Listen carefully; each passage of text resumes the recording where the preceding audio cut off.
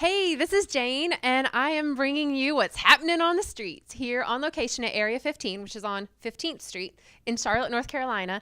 And I'm here with Timmy Horde, who I adore very much, and I just thank you. So I wanted to ask you a quick question, Timmy. All right, Jane, thank you. How do you creatively care for yourself? How do I creatively care for myself? Ooh, that's a wonderful question because I am very fortunate that I get to make my own day because I work for myself and I take care of myself by making sure that I know that I'm in a comfortable environment before I do anything. I stop and ask myself, if I feel anything weird, I just sort of back off and, get out of there as fast as I can. And I'm very fortunate to be able to do that. And I love my clients, and I'm very, very fortunate to work with people in many different ways between working with clay and or I'm an oil painter as well. It sounds like you have almost, it's like you focus before you create, and it's like you give yourself this pause. So do you ever take that pause and lengthen it for, say, a duration of time, like a meditation practice or a yoga practice? How do you do those self-care things? I start in the morning first thing. I do not get up out of bed until everything's all cool. And I know that my day is going to be fabulous. I will not get up out of bed until I, have my mind right. Really? Yes, I've started that about 15 years ago, and it just works for me. Do you feel like that allows you to create in a different way compared to if you didn't do that? Yeah, because you get all crabby. You can't create when you're crabby. It just doesn't happen. You can't be, you're just like, everything's going to break. Like, I got impatient, and I was just telling Jim a story about the clay piece on the wall and how it had this beautiful thing, sculpture thing on the inside, and then I got impatient with it and broke, and I should have left it alone, and because got in a hurry that day, so. I feel like that's such a metaphor in life. When we become impatient with ourselves, we just run ourselves ragged. And then some breaks, yeah.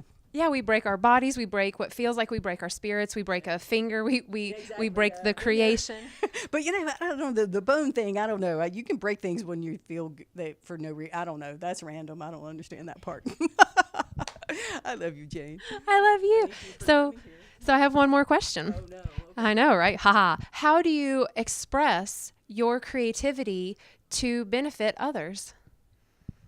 Again, I've been fortunate to work for myself all my life, and since I was a teenager, and I'm a commission artist. Like, I create things that you like, and I have no problem with the ego. Like, it has to be this way. Like, if you want me to change something on a painting I did that, I'm doing for you, then I'll make it look like whatever the heck you want it to look like, and I'm happy with that. Some people are real tight about, oh no, it has to be this way, and I've been painting for so long that I can just paint, and it's kind of fun and cool.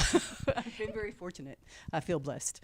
It sounds like you take that focus that you give yourself in the morning first thing, and then as you create from that focus space, I feel like you can then give it out so that when people receive it, they feel the focus, and if they're feeling a little meh about it, that they can communicate it with you, and then you can kind of hone their focus in this culminated creative goodness that you offer.